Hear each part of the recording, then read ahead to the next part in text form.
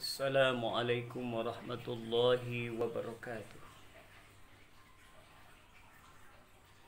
Innal hamdalillah wassalatu wassalamu ala Rasulillah Muhammadin sallallahu alaihi wasallam. Bapak Ibu, para pemirsa yang dimuliakan oleh Allah Subhanahu wa taala. Ada seorang sahabat yang bernama Abu Sa'id. Dia malu bersalaman dengan Rasulullah,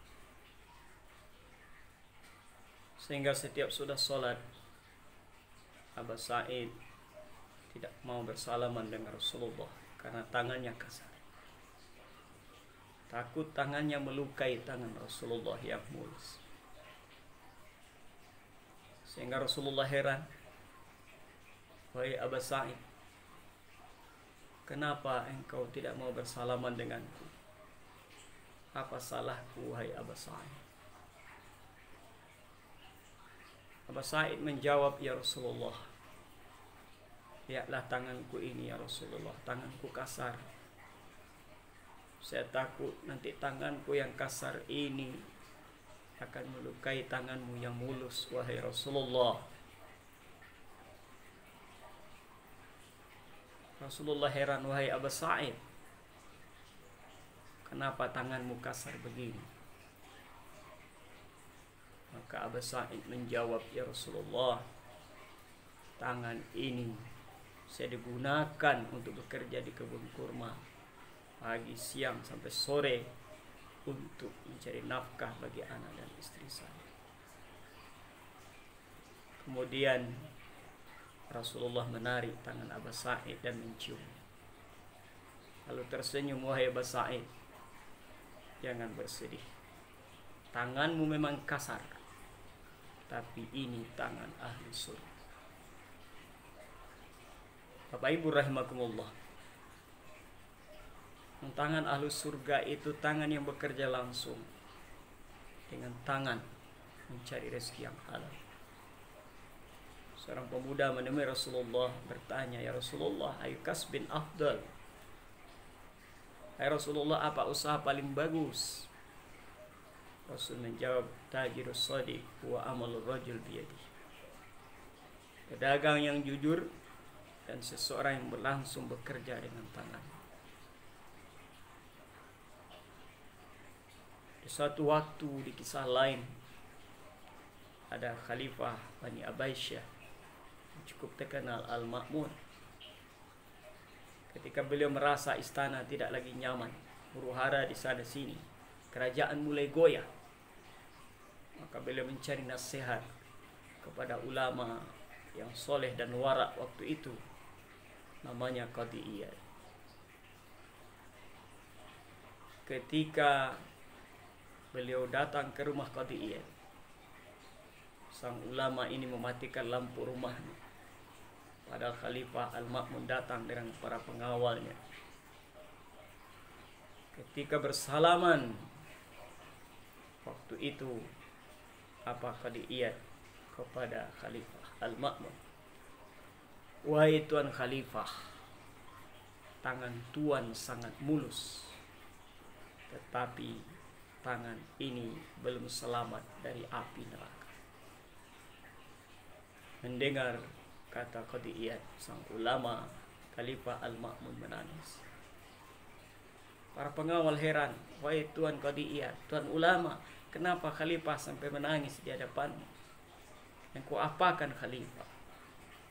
Qadhi Iyad berkata, "Saya cuma bilang kepada Khalifah, wahai Tuan Khalifah, tangan Tuan mulus, tapi tangan ini belum selamat dari api neraka." Tangan Bapak dan Ibu adalah media berbuat baik yang hebat, sehingga Rasul katakan, "Yadul ulya khairum min yadis sufla." Tangan di atas lebih baik dari tangan di bawah. Dan tangan ini juga akan jadi saksi yang hebat di hadapan Allah. Ketika mulut ditutup, tangannya akan bicara. Al-yawma nakhtimu ala afwahihim wa tukallimuna aydihim wa tashhadu arjuluhum bima kanu yaksibun. Hari ini kami tutup mulut mereka, bicara kepada tangan mereka, dan jadi saksi kaki mereka terhadap apa yang mereka kerjakan. Coba kita renungkan tangan kita, kemana sehari-hari kita gunakan. Kita pegang apa, kita ambil apa, kita memanfaatkan untuk apa tangan kita. Karena itu Allah ingatkan kita di surah An-Naba ayat 40. Ini juga ikon ayat dari Bay Arifin dalam bukunya Hidup Sebelum Mati. Direnungkan surah An-Naba ayat 40 ini bagi kita. A'udzubillahi minasyaitonir rajim. Inna anzarnakum azaban qariba. Yauma yanzurul mar'u ma qaddamat yadah wa yaqulul kafiru ya laitani kuntu turaba. Sesungguhnya kami ingatkan kamu dengan azab yang dekat. Di hari seseorang melihat semua yang dilakukan tangannya, dan berkatalah waktu itu orang-orang kafir, kenapa aku tidak jadi tanah saja? Ketika nampak dibentangkan Allah semua yang kita lakukan dengan tangan kita, kalau ternyata itu banyak keburukannya, mengambil yang haram, memegang yang haram, menandatangani yang haram, mengambil hak orang lain yang bukan hak kita, maka di situ kita akan menyesal jadi manusia di hadapan Allah Subhanahu wa ta'ala. Bapak Ibu rahimakumullah, semoga tangan kita menjadi tangan pembawa kebaikan, menjadi tangan ahli surga, seperti tangan Abbas Said, seperti yang diingatkan oleh Qadiyah. Begitu juga kita diingatkan oleh Iskandar Zulkarnain. Ketika beliau akan meninggal, beliau berpesan, tolong nanti ketika saya meninggal, wahai pengawalku, wahai menteriku, buka tangan saya, kemudian araklah jenazah saya ke kota-kota yang saya taklukkan, nampakkan tangan saya terbuka, supaya jadi bukti bahwa Iskandar kembali kepada Tuhannya, tangannya kosong, hampa, tidak membawa apa-apa. Ini petunjuk bagi kita bahwa tangan adalah fasilitas, kehebatan untuk berbuat baik, jadi calon ahli surga, atau sebaliknya menjadi media berbuat jahat yang kami campakkan kita ke dalam jurang neraka. Wabillahi taufiq wal hidayah wal inayah. Wassalamualaikum warahmatullahi wabarakatuh.